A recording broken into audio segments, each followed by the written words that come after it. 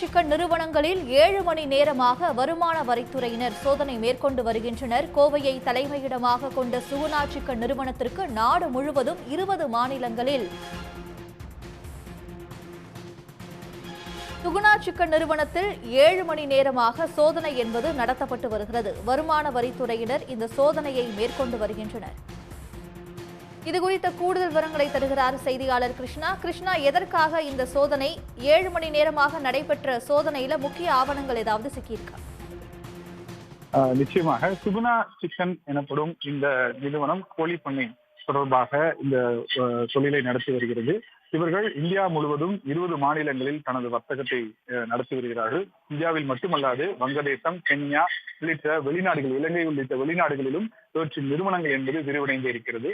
முக்கியமாக கடந்த சில ஆண்டுகளாக இவர்களது வருமானத்தை பார்க்கும் பொழுது, அதே நேரத்தில் வருமான வரி கணக்கு தாக்கலையும் ஆய்வு செய்த போது இரண்டும் பொருந்தாமல் இருந்த காரணத்தினால் வரி ஏய்ப்பு செய்கிறார்கள் என்ற சந்தேகத்தின் அடிப்படையில் தொடர்ந்து வருமான வரித்துறை அதிகாரிகள் ஆய்வு செய்திருக்கிறார்கள். இதன் அடிப்படையில் வரி ஏய்ப்பு கண்டுபிடிக்கப்பட்ட காரணத்தினால் தமிழகத்தில் அவர்களுக்கு சொந்தமான 30 இடங்களில் இந்த சோதனை என்பது நடத்தப்பட்டது. குறிப்பாக ஈரோடு, உடுமலைப்பேட்டை, கோயம்புத்தூர், நாமக்கல் உள்ளிட்ட இடங்களில் எல்லாம் இந்த சோதனை என்பது நடைபெற்று வருகிறது. தலைமை அலுவலகத்திலும் அவர்கள் இயக்குனர் அலுவலகங்களிலும் மேலும் அவர்கள் வீடு உள்ளிட்ட இடங்களில் இந்த சோதனை என்பது நடத்தப்பட்டு வருகிறது. இந்த காலை முதல் 7 மணி நேரத்திற்கு மேலாக சோதனை நடத்தியதில் பல்வேறு முக்கிய விவரங்கள் என்பது வெளியாகிருக்கிறது.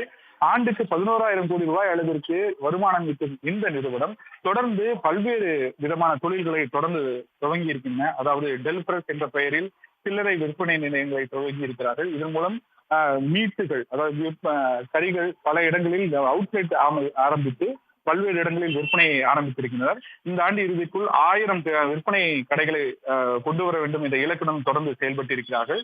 அதே போன்று மதர் டிலைட் என்ற பெயரில் சோயாபீன் எண்ணெய் உற்பத்தியிலும் இவர்கள் இறங்கியிருக்கிறார்கள். ஆனால் இந்த தொழில்கள் அனைத்துமே அவர்களுக்கு முதலீடாக பெற்ற பணம் என்பது கேள்விக்குறியாகவே இருந்திருக்கிறது. அதற்குண்டான முதலீடுகள் எங்கே இருக்கிறது என்பது குறித்து வருமான வரித்துறைக்கு கணக்கு காட்டவில்லை என்பது இந்த சோதனையிலும் அதிகாரிகள் கேட்ட விசாரணையிலும் தெரிய வந்திருக்கிறது.